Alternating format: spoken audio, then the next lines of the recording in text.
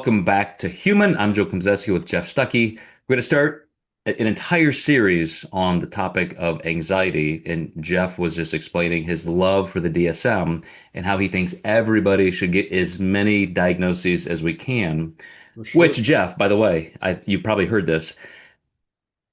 In today's culture among the youth, it is a badge of honor. It's bragging rights to have the most medications, the most psychiatric diagnoses, and so forth. Um, Talk a little bit about, if you don't mind, how the DSM came about and why it is really leading us down a dark path. And it's interesting, Martin Seligman, who's probably my godfather of psychologists, he gave a TED talk late 1990s, early 2000s, and I don't even know if you could say this out loud now, but his warning was victimology, and we're creating exactly what you just described. Like people are now adopting these diagnoses and they are accumulating them, and it's like the more that you have and the more the more that you suffer from, the more courageous you are, and I mean just that whole dynamic that we're seeing right now that is causing this diagnostic explosion. So to answer your question, where the DSM came from, who the fuck knows? Like it was birthed in the 60s, the original DSM, largely out of psychoanalytic orientation, a significant amount of Freudian influence, because at that time, the psychoanalytic framework was still as hard to believe as this is, that in the 60s, the psychoanalytic framework was still the gold standard. Um, and Freud's view of neuroses and these sorts of things. So it really came out of that psychoanalytic orientation, which there's psychoanalysis has since been disproven as a scientific orientation. Not to say that there's not some utility in it. I mean, there's some things about, defense mechanisms, those sorts of things that Freud created. You probably can understand Jungian orientation. I, it's like sand slipping through my fingers as soon as I think I understand it. I don't understand it. But that again just speaks to the lack of scientific orientation. I think some of, Jungian archetypes, all of those kinds of things are profoundly fascinating, and not to say that they're not useful. Um, do you have any idea when homosexuality was removed from the DSM? I do not, but I was going to bring up that, when you said who knows where the DSM came from, I would remind you of something that my very first social psychology professor said, and that is that the whole goal of the brain, like steps one, two, and three, when the brain encounters new information, is to label it and categorize it. So the DSM is that, when older psychologists and therapists are trying to train younger ones, they need to say, hey, here's what you look for. Here are these symptoms. And if these symptoms line up enough, then it's this, and this is how you treat it. It's just, that's just part of learning and the mechanism of passing on information. But yes, you're right. To what end, and is it ultimately the most useful thing? It's part of it. But I want to also say I have a 20-ish-year-old client in my work as a health scientist, and he he would love to come into my office and just in the banter of conversing what we're doing that week, he was, well, I have body dysmorphia, and I have ADHD and this, and he just wants to, as a badge of honor, label himself and pass these on. And he learned how hard I would punch him back verbally with that. So now he doesn't do it. But it's just like insurance to them, or validation that anything I perceive that's wrong with me, anything I feel as an insecurity, well, there's a reason, and it's because I have this. It's not that I'm needing to work through something. And somebody recently said, maybe I don't think it was us. I don't think it was you, but it was these are not diagnoses, these are not pathologies, these are warnings. If you are anxious or if you feel depressed, that's information. That's something to pay attention to because whatever's causing that, you should probably address, not just slap a label on it and get a medication. Yes. And the answer to my question is 1973. Just so I was going to guess the 70s. I was going to guess the 70s. so that's when it was removed from the DSM. And I what you're saying is kind of true, but the problem with that is the warning. So we have Seligman's warning in the late 90s of, look, man, what we're doing here has migrated from something that we maybe it was quantifiable, although psychoanalysis took itself very seriously. It embraced the power that it had at the time. So for it to birth the original DSM was no, this is it. Like this is valid. This is what you need to know. As we kind of drifted and started to see, okay, we what does this map onto? And the best way to illustrate that, and this was also the standard when I trained, right, was and this is still the probably best understood orientation to depression was, depression was chemical imbalance. That chemical imbalance is serotonin. And so the under stress, the synapse that transmute neurotransmitters under stress get out of balance and cannot transmit the neurotransmitter, specifically serotonin. And so a selected serotonin reuptake inhibitor, a SSRI, an antidepressant, will inhibit that process so that it can.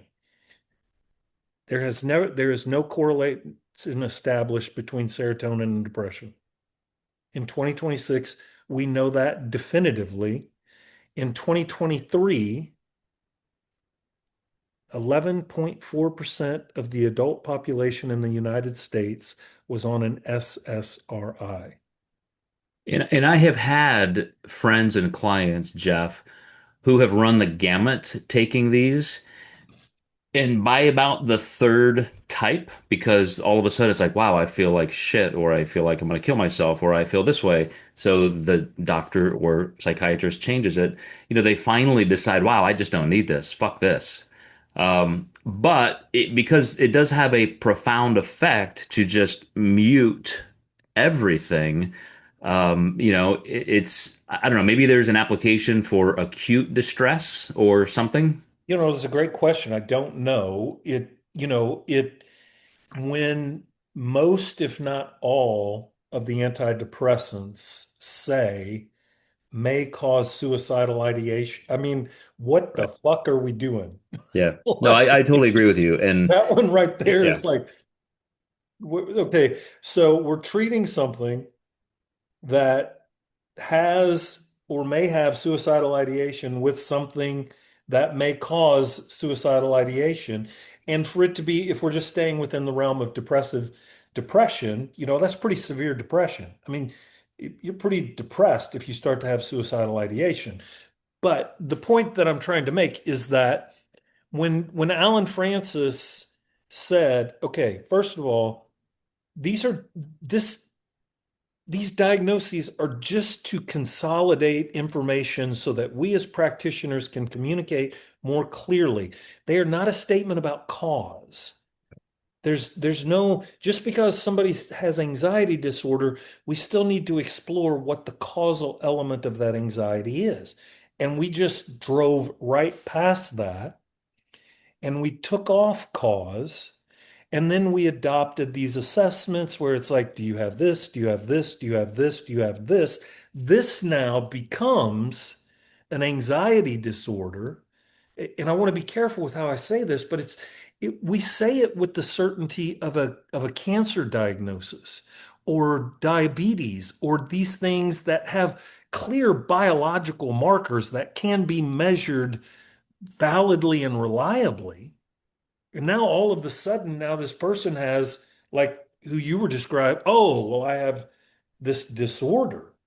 And it's, we now, this is the most recent example of what I'm illustrating. Neurodivergence. You're What the fuck Yeah. is neurodivergence? Everybody I know calls themselves that now. I'm I have been neurodivergent. practicing for Yeah. 26 years, Joe. I don't have a fucking clue what neurodivergence is. Want me to explain it to you? Please. So, just on the spectrum, call it autism or just whatever you want to say. Like here's a spectrum of normalcy, normal neurological behavior. Anybody who thinks they're 1 degree different, now I'm neurodivergent. Therefore, I need a, and again, I also like I'm not trying to do this with any level of traitness, but I now have a disorder, or I'm different, or I'm special, and I must take this medication, or I must have this emotional support animal, or you must treat me a different way because I'm neurodivergent. And to your point, like show me the testing, even psychological surveys, like show me where a therapist is quantifying that in some way. Now, do you know who coined the term? I do not. A sociologist. Yeah.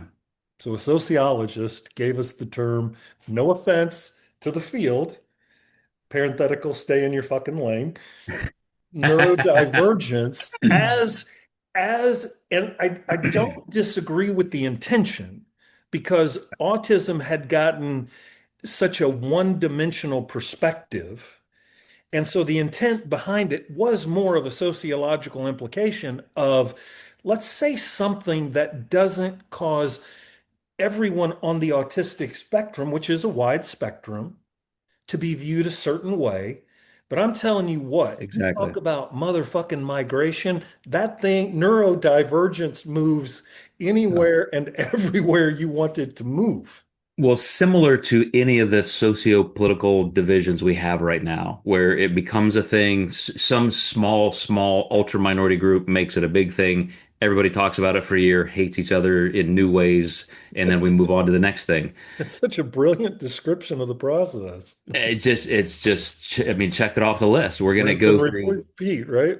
one through the other. But so that is an introduction to why how you even think of it yourself matters and how diagnoses are not always helpful. I myself hired and paid for my very first mental health therapy relationship because of anxiety. I had mentioned before, I'm hyper conscientious, makes me borderline OCD, perfectionist. Everything's just like anything you could imagine. Like I have to have everything on my desk a certain way. The paper clips are all lined up here. Can't leave my bedroom in the morning without making the bed. And none of those things are like pathological. I just like it. I feel better. And I'm going to get to the point of why our brain does that. Hint, certainty. We want certainty, but anyway, by the time I was 18, I mentioned to you my very first college elective was stress management. So I kind of like already was self-aware enough to know this is a thing. So when I started having some marital problems, I found myself in bed at night ruminating and catastrophizing and playing those conversations over in my head with my spouse laying right next to it. And it's one of those situations where there's so much tension, you're not communicating well. So you're not communicating. And so both of you are laying there awake, wishing you could communicate, but nobody's communicating. And so eventually I'm doing 1 to 3 shots of vodka to go to bed. I started doing Valium to help myself sleep because I just couldn't take having so many sleepless nights in a row. And I think I had mentioned to you before that I would even get to the point where I would have a serious adrenaline reaction that was to me kind of a precursor of a panic attack. So I could be laying there just ruminating and my heart rate is going up. I'm in bed. And then I would just feel almost like an audible and a feeling of a pop in my low back, like my kidneys and the adrenaline. It was just like somebody put an EpiPen in me. And then I knew I was just not going to sleep that night. Like 6 in the morning, I'm still laying there awake. And so eventually I thought, okay, again, no diagnosis, no medications. I just went to this therapist for anxiety, and instantly it started becoming helpful. Starting with just mindfulness, and I'll get into some of those things in a few minutes. But like that was the beginning of me being able to manage this to the point of almost self-hypnosis. And I would say I just don't struggle with that anymore at all. I'm not saying those personality traits aren't still there, but the negative sides are just not. But it took that therapist and then another couples therapist. And then finally, when Tracy and I saw you, it took resolving those things relationally, which in part was me I wouldn't use the word fix, but addressing how I handle stress, how I handle incongruence in my own mind. And that was a process. Again, didn't take medication. It took addressing the root problem causing that much heightened emotion. Yes. Good. So explain if I had seen you first and I just told you that story, I can't sleep at night. I'm using alcohol and Valium and that this is what's happening in my brain. Like what would have been your response to helping with just general anxiety? So the initial thing is so there when you think about anxiety disorders, which there's broad, but to the degree and severity that you were experiencing anxiety, like we would call that panic disorder and with agoraphobia. And so when somebody comes in that, so if you come in with in your state, That's a lot of diagnoses there, Jeff. yeah, it is lots of fancy words. It's This in the DSM. and so this is what used to be. I don't think they are anymore because we voted them out. I don't remember. I don't know why I still use them because they're They're in right. my notes for tonight. So Yeah, anyway. they're still there. But I think the importance and the reason that I use that is when you get to a level of agoraphobia. Agoraphobia is essentially a fancy way of saying I'm now anxious about getting anxious. Mm. And once I get to that place, it's almost and the negativity bias and the confirmation bias really are in overdrive. Am I getting anxious? Oh shit, I think I'm getting it. Am I starting to get, oh fuck, I am. So now it just takes off on me. And so the first thing I want you to understand is that you're stuck in that loop, like that agoraphobia, anxious about getting anxious. So your system right now is almost like constantly asking the question, are you getting anxious? I think you're getting anxious. And then once that thing takes off, then it's off and running. And so that's when you think about anxiety, okay, there's content, what is causing me to get anxious, and then there's process, the way that my anxiety is working. So the first thing you and I have to do is we got to work on that process piece and we've got to interrupt that agoraphobia and mindfulness and for a lot of people that knowledge is really helpful of like, oh, because whatever gets stuck in my head, at that point, it's random. I could get fixated on anything, but now I'm thinking about this thing constantly, and I'm thinking about what the fuck's wrong with me that I'm thinking about this all the time. And it's like that's non-consequential information. That's random. It doesn't mean that you're an insane person. It's just whatever happens to get stuck in the process at that time is going to kick that process off. So we're totally focused on just that interrupting that process piece. Now, if I have a client that's in a severe state, it's like usually I will recommend because they are very effective in limited usage is the anxiolytics, the benzodiazepines like Xanax, Klonopin, those kinds of things. And I will tell you something, Joe, and this is why I recommend my clients get it, is because now I have an option. Right. If my anxiety starts to take off, there's something that I can do. And that takes remember, agoraphobia, the fear, anxious about getting anxious. I now have an exit. Okay, man, if it goes fucking south on me again, I can and that is usually the first step in breaking that anxiety loop. Now, there's other things that we can do, like box breathing and those kinds of things that, but but whenever, because when you're in the middle of a panic attack, there's no beginning or no end. I've always been anxious and I'm always going to be anxious. It's like I can't distinguish no, I'm always it's just everything is always all the time and it's just, that sort of thing. So breaking that sort of cycle. So once we've given you some sense, and what anxiety causes us to do is constrict, right? It's like if somebody scares me, it's like, well, when anxiety gets to a certain level, and particularly if it's a relationship issue, right?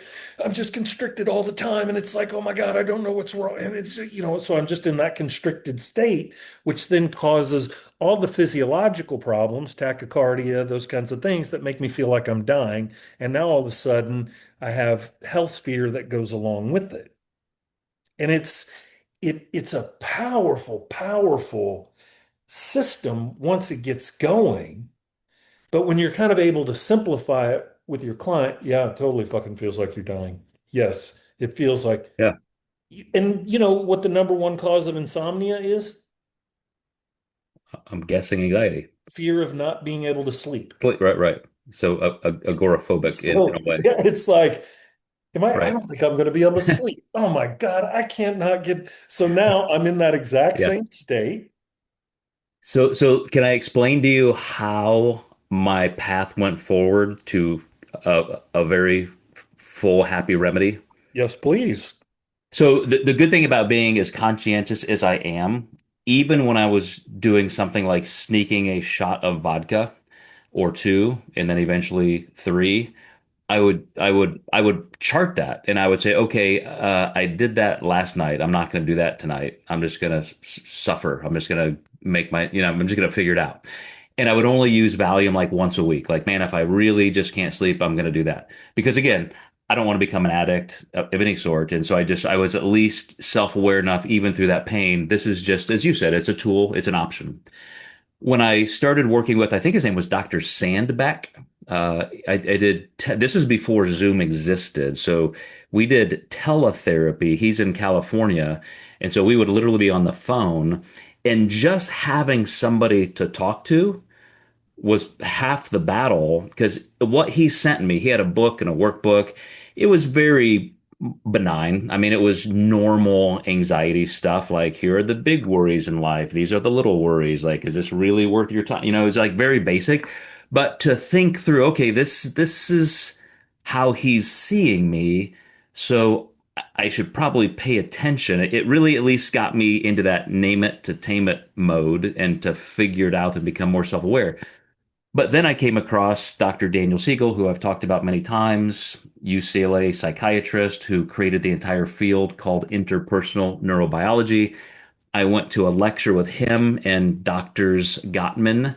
They all three did this thing together in Seattle. I went to that. God damn, that's bucket list shit right there. Well, I I know you needed. weren't going as a bucket list, but Oh, that's I got to. Dr. Siegel was in our hotel. Like I got to talk to him in the lobby. We ran into him in the lobby. It was great.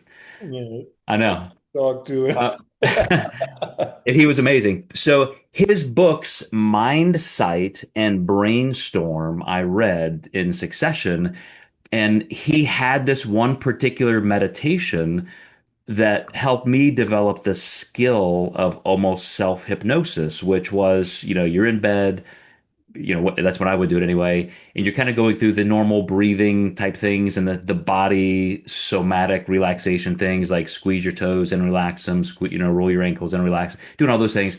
And then it was this very, very visceral meditation. I've mentioned it before on the podcast where you literally imagine your brain. Like I want you to visually, physically in your mind see your brain, and you're going below the surface of your brain as if that's a tempest in a storm. Like outside your brain is the hurricane in the ocean and the waves, and it's loud and awful. And you sink below the surface of your brain, and now it's quiet.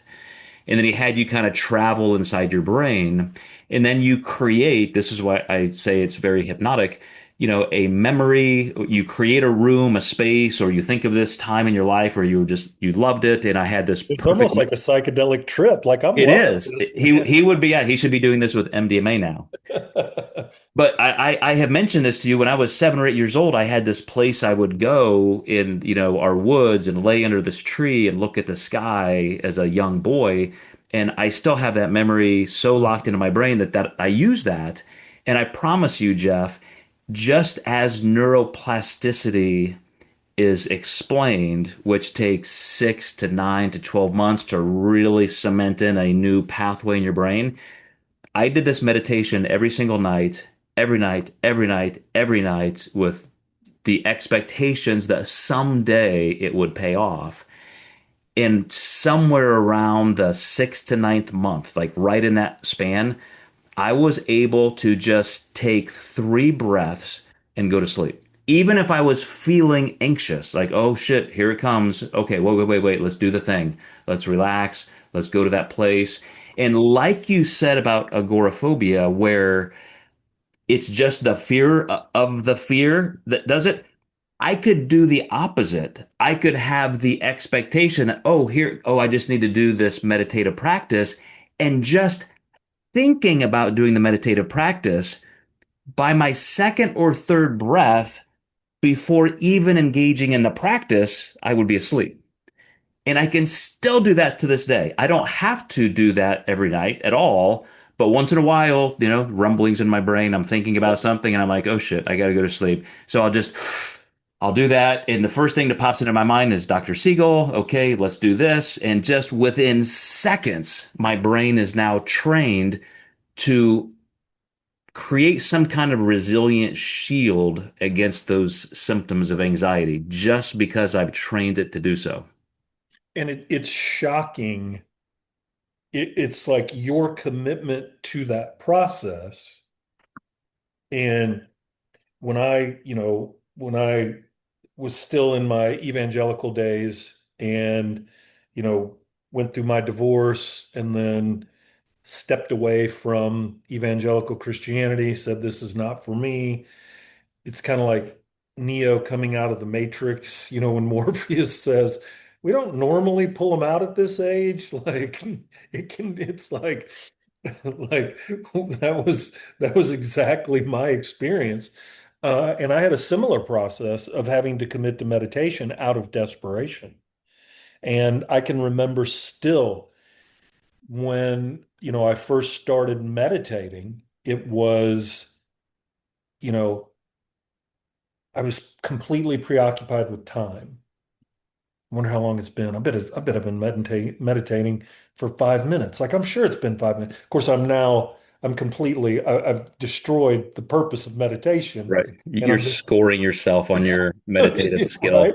And I look down, and it's been 45 seconds, and I'm like, "Fuck this! This shit is stupid." But I was so desperate that I had to stay committed to the process, and that's the difficulty with meditation, trying to get clients to like, if you'll get there, if you'll stay committed to the process, then you'll you'll get that benefit. But unfortunately, most people don't want to work that hard.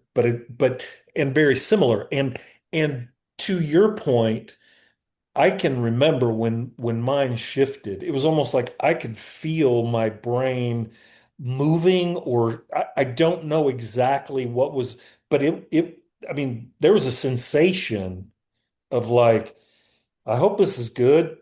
Like I hope something is not coming apart.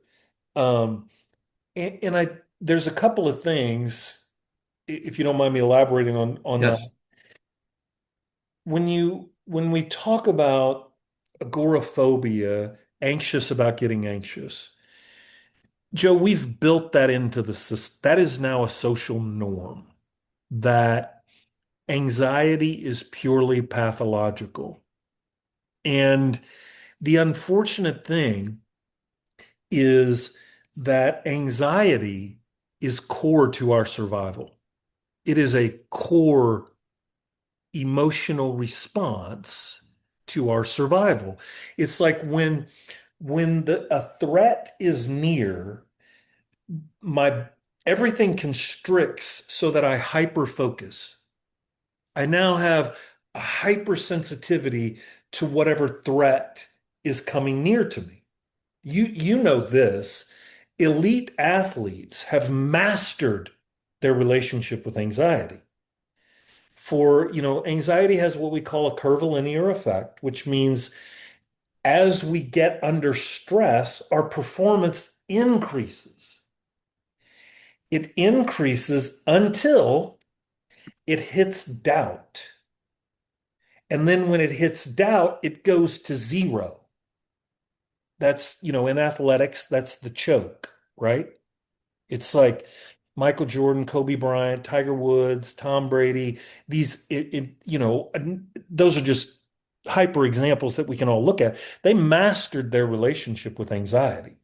That's why their stress just continued to push their performance to just almost these superhuman levels. And it's like, that's what's so tragic about anxiety having only pathological implications, because it really unleashes personal performance. The guy that ran the first 4 minute mile, like had the audacity to think, I can fucking do this.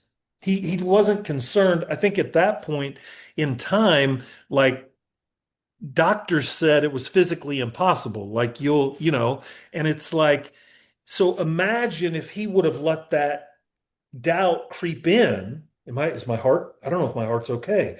Maybe I am starting, and now all of a sudden his performance goes to zero. But because he had that belief, it just continued to elevate his performance to where he ran the first sub 4 minute mile. Imagine if all of us could release that in our personal lives. So, Jeff, this is why I tell people all the time, if you look at the kind of uh, personality trait groupings I have, I would easily be and have been clinically diagnosed with, again, OCD, perfectionism, um, hyperactive anxiety disorder, even just it's escaping me right now. Just, go down the list. Those are superpowers to me. Like, I would not want my life any other way because that's how I have achieved what I've achieved, and I love what I have done with my life. It's just when they take me to the edge of that precipice and I feel like I couldn't control it. Like, now I'm getting some of the negative side effects instead of all the positive, and that's when I had to retrain myself a bit. But imagine if I had just been medicated as a child with ADD or something else, like an anti-anxiety medication. Like, my life would not be what it is. And I because of my work with firearms and martial arts, I have a lot of friends who've been on the SWAT teams and special forces, things like that. And they all have these stories. Imagine a 9 millimeter round that is spinning and exiting a barrel at 1,500 feet per second. And they have stories of seeing the rotation of the bullet. Like, because the sympathetic nervous system has so heightened everything, like you said, in martial arts training, there's kind of a flow state where you just see these things coming. Like you can block kicks peripherally, those kind of things. Like it's just, you just know what's there almost supernaturally. And that's your brain doing it when you couldn't have done it 5 minutes ago because you're in that state. So I'm really glad you brought this point up. It was not even in my notes. It is Just like think absolutely about F1 drivers, exactly the same. they say the same thing. They say once you're above 200 miles an hour, everything slows down. Like you see everything more clearly, which doesn't make any sense except what you just described when your body is doing its job and it elevates to that hyper performance state. It's just like, and a couple of things come to mind. I had a client call me one time, he sent me a text message. He said, "Hey man, I'm having a panic attack. Are you free?" And I was not in session, so I was like, "Yeah, call me." So he calls me and he's like, "I don't know what's going on, man. I'm sitting in this Apple store because I have to get a new iPhone. I don't want to, but it's not working. There's like, I don't know, they're on number 50 and I'm like number 700 or whatever. And like, I don't know, all of a sudden I'm having just this massive panic attack." And I said, "Dude, the question is not why are you having a panic attack? The question is, why isn't everyone else?" Like, what?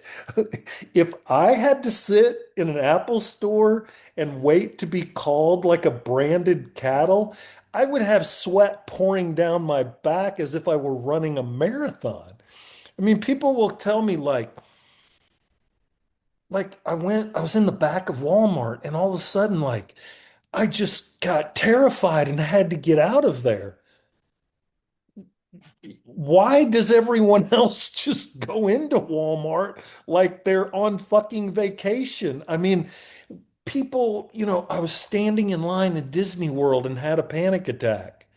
No shit. Like to be corralled, like the question isn't why are you having a panic attack? The genuine question is how the fuck can hundreds of people stand spat next to each other with no exit whatsoever and just be like, "Isn't this fun?" And give up 3 hours of their lives to go ride a 20-minute ride? Like, what is going on around here? I have the answer, 1973. There is an answer to what you're asking Okay. because they have adopted and trained in their brain for that moment a different expectation. So, I've been really reading a lot of Buddhist philosophy. Yes. And one of the core tenets of why people suffer, because there's this two arrow metaphor. The story of the two arrows is when something happens to you that causes pain, that's the first arrow. The second arrow is the self-inflicted pain of how you choose to handle it.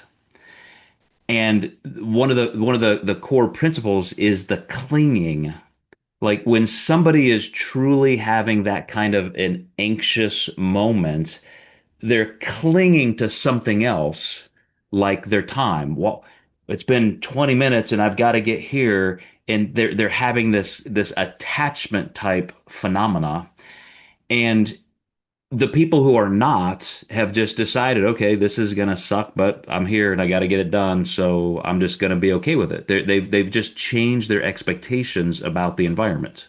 Yeah, I think that is woefully inadequate, Joe. I Come on. appreciate that attempt, but it just Okay. is. I think part of it is social conditioning, right? Because what is the primary thing that we learn at school? Compliance. Get to class on time, sit down, keep your mouth shut, sit still. I mean, the number one thing that we learn at school is compliance. And So in social psychology, we would call that the social contract or just being civil. Should everybody just give in to every impulse and not be quiet when the teacher's speaking?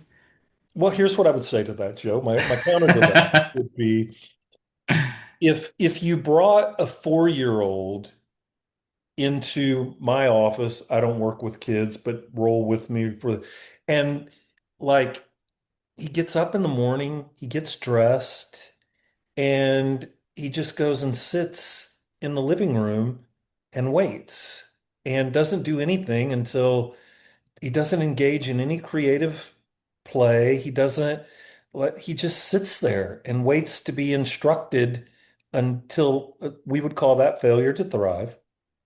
But 1 year later, we put them into a system.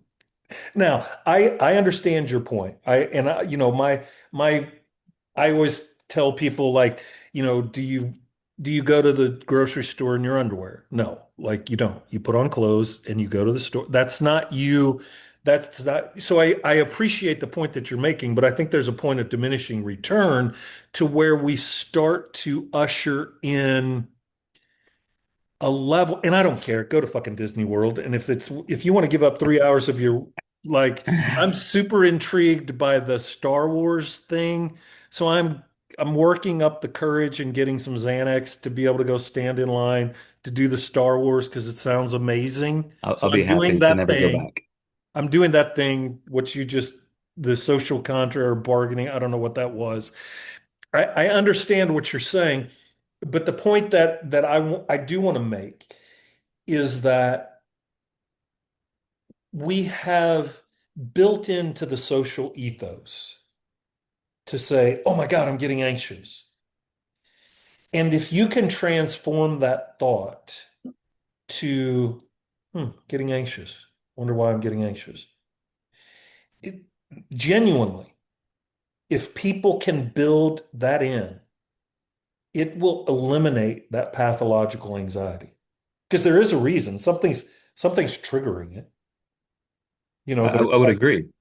and it's and I again I got a little hyperbolic to make my point. Although I still don't understand holiday world. Well, so in Buddhism, that's also one of the core tenets, which is called the middle way. And if you look at anything as a black and white dictum, it's just always going to fail. Even a middle way to say I want to compromise or see both sides of this issue, that's still inadequate. So I totally get your point of not being just a compliant ball of mush. But at the same time, think of those expectations, like your client who was having a near panic attack in a store. You ask the question, why isn't everybody else? As in, well, they could be because they're in the same environment, I would but argue should be, but but that's but I would argue they shouldn't. Like this is not a place. There are no saber-toothed tigers chasing you. You don't have to be in a sympathetic nervous system state of hysteria. So they have rightly hours of my life are accepted. being wasted. They have decided I'm going to be the water, not the stone. I'm going to sit here and relax and not let this environment take me out of my zone. I think that is really beautiful. And you and I are going to do an experiment. We're going to go to the Apple store and we're going to ask people, are you the water or the stone? I'm working on it personally. I mean, this is the next zenith for me. So how did we're going to ask people, when you came here, how did you decide to be the water and not the stone? So Thich Nhat Hanh, How many people? who is the greatest Buddhist Western philosopher, actually from Vietnam, went through the Vietnam War, became the bridge to the West with Buddhism. Martin Luther King Jr., as a Christian, nominated this Buddhist monk for the Nobel Prize because he was so profound. His writings to this day are still phenomenal. He died a few years ago. But that whole process of saying, do I need this emotion? Like, I is it do it's the same question you just asked. Ooh, I'm feeling anxious. Why am I feeling anxious? It, you know, he would have said, like, you're not in control of the four noble truths. I'll just very briefly explain. In Buddhism, there are four noble truths. The fourth contains the eight pathways to the noble truth resolution. So the first is just to acknowledge suffering. Oh my gosh, I'm anxious. Like I need to acknowledge that. The second is to ask, what is causing this? The third is to cease that, even if it's anxiousness or pain or suffering in somebody else. If you feel you're causing suffering to somebody else, you should say, wow, I'm the literal cause of this suffering. I need to reduce the suffering. So those are the first three noble truths. Then the fourth is an 8 step process of going through different stages of mindfulness. It's really a beautiful graphic. I do not disagree with you. I think it's beautiful. I just don't think the people sitting in the Apple store. Well, they should. Here's what I think. I think they are what it was. They did this recently in New York. I think it's been done hundreds of times where they would just put a line, they'll draw a line on the sidewalk and say, stand here and see what happens. And invariably, I don't know if it's 100% of the Almost time, everybody will do it. they're just a massive line Right. forms. Yes. I mean, it's just, what are you standing in line for? I'm not sure. Like it is the most terrifying, terrifying. But then I also think that for some people, and I do think that this is a problem with the West, is that they have more fear of not getting the new iPhone than the cost of waiting in line. Like it's like, no, I that's the latest, greatest, like I have to have that. And their motivation is more that intrinsic motivation of I've got to have the new iPhone over any of the beautiful things that you offered here today, which they are beautiful. The four truths, all of that. Guess why we're Be on the top of the water, food not the chain? stone. Guess why we're on top of the food chain? Because we'll all line up behind the fucking line and stand there. It's Uh, part of cooperation and social cohesion. So you take the good with the bad. And again, I I'm a don't think free. that's a strong correlation that Oh, yes, absolutely. You see it culture to culture, compare Japan to us in the US. Now again, pros and cons. These are all tools. I am a 100% free market capitalist, quote, with guardrails.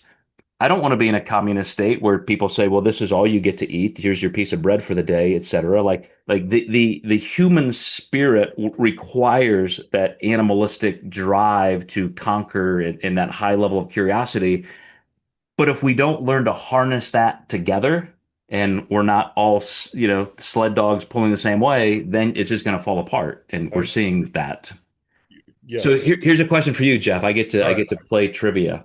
Oh, trivia. Okay. What is the number one and only proven way to reduce anxiety meaningfully? What therapeutic intervention?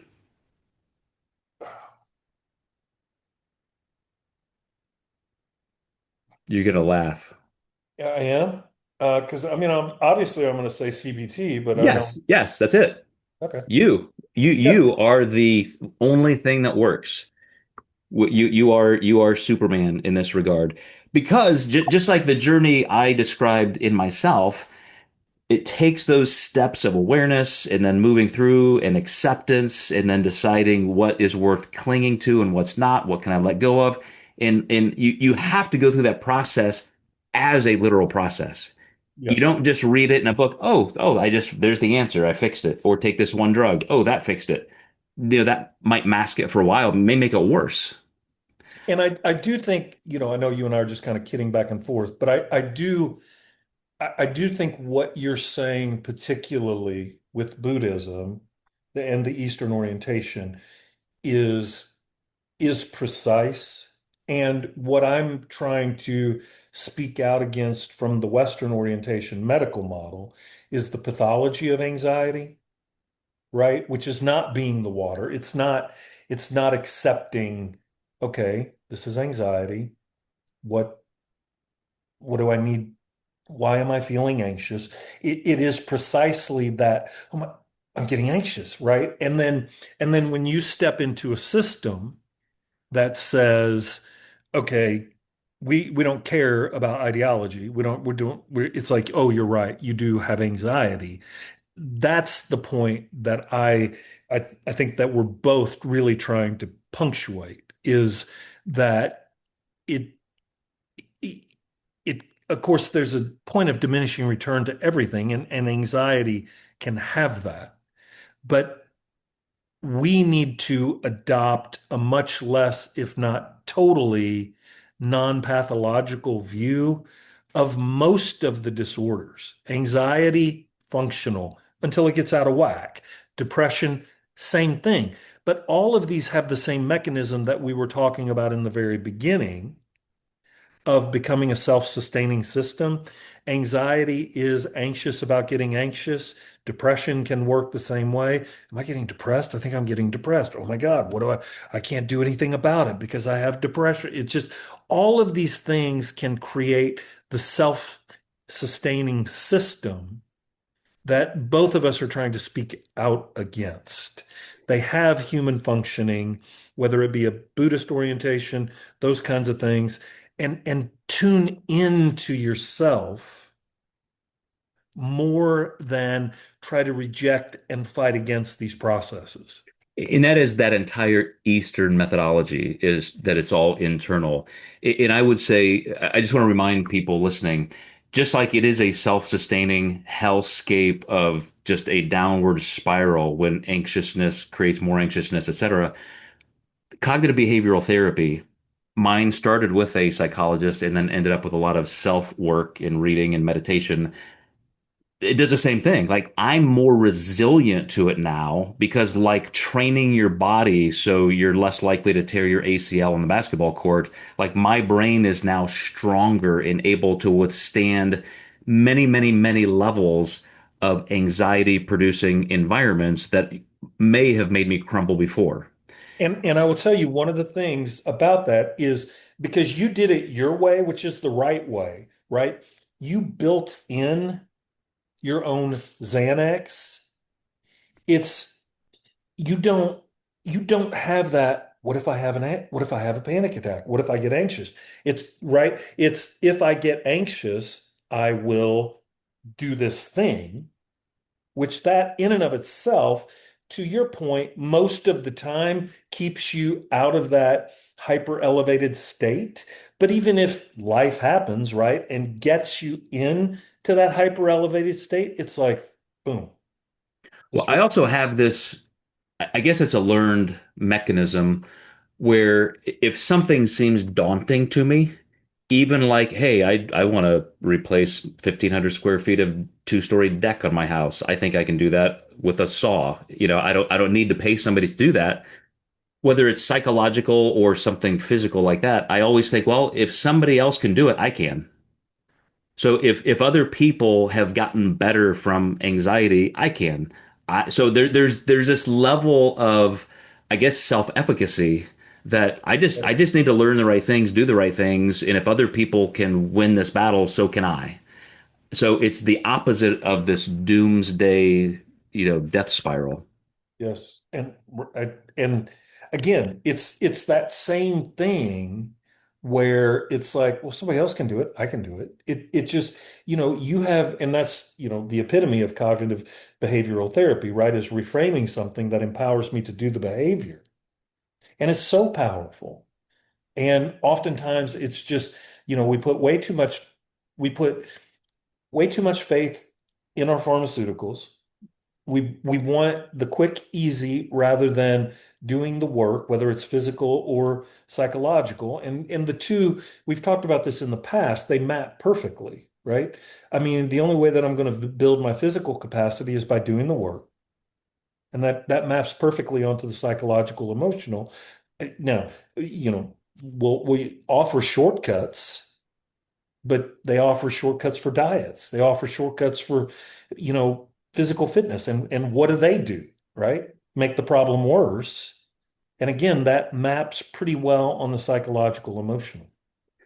So I'm going to give you my prompt for the week, but first a All right. little teaser for the next two episodes on Tease away. anxiety. I love your teasers. we're going to end with death anxiety because Right? that's the mothership of all anxiety. My 5-year-old grandson came home from pre-K this week to his mother, my daughter, and was just crying, crying, inconsolable. What's wrong? Mommy, mommy, did you know I'm gonna die someday? 5 years old. It wasn't, my parents might die someday or grandpa may die someday. Whatever the Went fuck, straight to his well, own yeah, whatever. existential He went right crisis. into, yeah, 5-year-old terror management. Um, so again, like that's what we're going to talk about. Like whether you're 75 years old or 5 years old, as psychiatrist Irving Yalom said, this is the white noise soundtrack of life. Everything we do has some context with death. We know there's a finish line. We know degradation and those kind of things are happening and they're possible and even to my 5-year-old. So anyway, we're gonna talk about that. Next week, we're also going to talk a little bit about some of the correlational ways to approach anxiety. I'm going to list one here. How this can maybe, you can correct me if I'm wrong, be kind of a two-sided coin between depression and anxiety. Like these things Sure. are related. Other things that we may be experiencing are tied to anxiety. But here's my prompt. Um, Catastrophizing and overestimating probability or rumination was part of the etiology of my struggles, but this is one that I did not understand until I was revisiting this in the last couple of weeks. Intolerance of uncertainty. I mentioned this earlier. Like the things, and that's part of catastrophizing, but I would say it's even more subtle than that. We just need to manage certainty. I have to go lock the doors 3 times because I need to make sure I got that checked off the list and I'm not doing something wrong. Or I need to do this, or I need to study extra hard because I want to please my professor. Or, there's just, we want to control everything in our lives. And somebody who's suffering with a lot of anxiety probably doesn't understand that's a root cause. And that's part of what I'm saying. And this is my prompt. Anybody suffering with anxiety, I would say, ask yourself, what am I clinging to? What am I so desperate to control and predict that whatever outcome I'm ruminating about that may or may not happen, why is this so devastating to me? Why am I getting these physical symptoms? And if you boil it down to what am I clinging on to so tightly, I think you'll start to see some answers. What Okay. would you say to our audience, Jeffrey? So my prompt is going to be a little bit different. My prompt is going to be take a break from this. Hmm. Take a 45-minute break. Set a boundary with yourself, with your phone. I don't, whatever. I mean, some boundary with your phone because these things are, it's terrifying what they are allowing us to cover up. To the point that now the fucking reels and shorts and like all of those kinds of things. Do yourself a favor and do a check-in. Take a 45-minute break. Sit for 45 minutes. Sit in a chair. Like no phone. Put your fucking phone away. Like and see how you're able, like, check in. What is that like for you to sit there, to just think, to not be distracted? Set whatever boundary you want to set for yourself and try to make yourself keep it to get some kind of an indicator of where you're at right now. Because I think these things are invading on our quality of life. There's so little friction with them, right? It's like you see a couple at a restaurant and they could be talking to each other and they're both scrolling on the phone. And it's like, what, That's devastating. like what? And we have to create some friction where it's not so easy to grab this. Dude, I was watching basketball this weekend scrolling on my phone. And I'm Right. like, what am I doing? Like what is happening right now? Like I mean, it's like I So have to take my phone because what if my kids call me or text me or whatever? I mean, it's just, it's like, so set some boundary for yourself and see if you keep it. we need to talk about that more next week because that is a big part of anxiety, just the overloaded cerebrum. But It is excellent chat, overloaded. Jeff. I appreciate you letting me wander into your territory. Uh, You're welcome anytime. this is very important stuff, especially the way we're managing it poorly medically. So we will see you guys next time in Human. And remember, part of our goal is to make sure you understand you have infinite generations of potential, and things like this saddle that. It will restrain you from being your best version of yourself. So, Jeff, again, thanks, and we'll see you guys next time in Human.